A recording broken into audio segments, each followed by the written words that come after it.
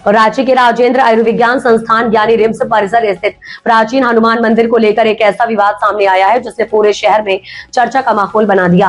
आरोप है कि रिम्स के निदेशक डॉक्टर राजकुमार और मंदिर के पुजारी के बीच उस समय विवाद हो गया जब सुबह के समय मंदिर में पूजा चल रही थी। पुजारी सोनू पांडे का कहना है कि निर्देशक जूते पहनकर मंदिर परिसर में प्रवेश कर गए और पूजा को बीच में ही रुकवा दिया। इतना ही नहीं, पुजारी ने यह भी आरोप लगाया है कि उनके साथ अभद्र व्यवहार किया गया और उन्हें पूजा बंद करने तथा परिसर से बाहर जाने को कहा गया।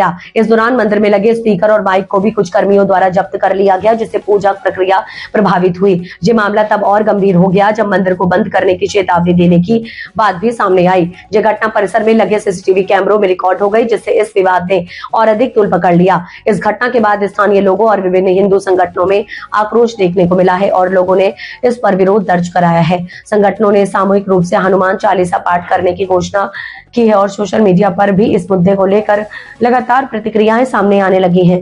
आईपीएल 2026 का एक और रोमांचक मुकाबला दिल्ली के अरुण जेटली स्टेडियम में खेला जाने वाला है, जहां दिल्ली कैपिटल्स और गुजरात टाइटंस सामने आने होगी और इस मैच को लेकर क्रिकेट फैंस में जबरदस्त उत्साह देखने को मिल रहा है।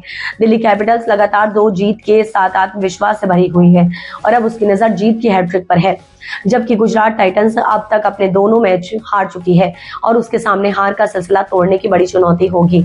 इस मुकाबले को लेकर सिर्फ मैदान पर ही नहीं बल्कि शहर में भी तैयारियां जोरों पर हैं, क्योंकि बड़ी संख्या में दर्शकों के पहुंचने की संभावना है। इसी को देखते हुए दिल्ली मेट्रो ने अपने यात्रियों के लिए विशेष इंतजाम किए हैं और मैच के दिन अतिरिक्त फेरे चलाने के साथ साथ अंतरिम ट्रेनों के समय को भी 1 से 2 घंटे तक बढ़ा दिया गया है।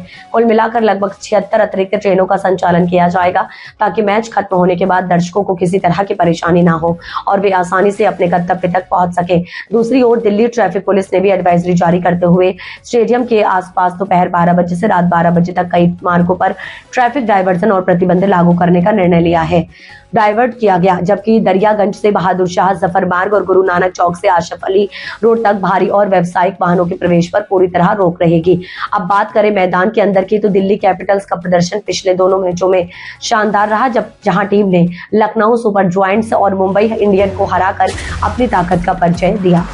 बिहार सरकार के गृह विभाग ने शस्त्र लाइसेंस प्रक्रिया को पारदर्शी और समयबद्ध बनाने के लिए एक बड़ा कदम उठाया है, जिसने पूरे सिस्टम में बदलाव की उम्मीद जगा दी।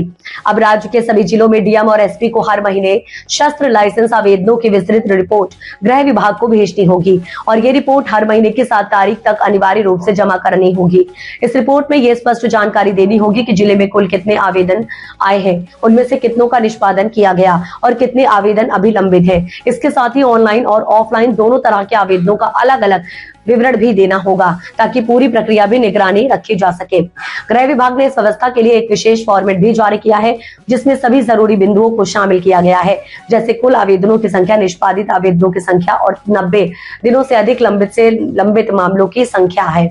इस कदम का उद्देश्य यह सुनिश्चित करना है कि आवेदनों का निपटारा समय पर हो और किसी भी स्तर पर देरी या लापरवाही ना हो। पुलिस रिपोर्ट मिलने के बाद संबंधित अधिकारियों को अधिकतम 60 दिनों के भीतर यह निर्णय लेना होगा कि आवेदक को शस्त्र लाइसेंस दिया जाए या नहीं। यह पूरी प्रक्रिया युद्ध अधिनियम 2016 के तहत संचालित होगी।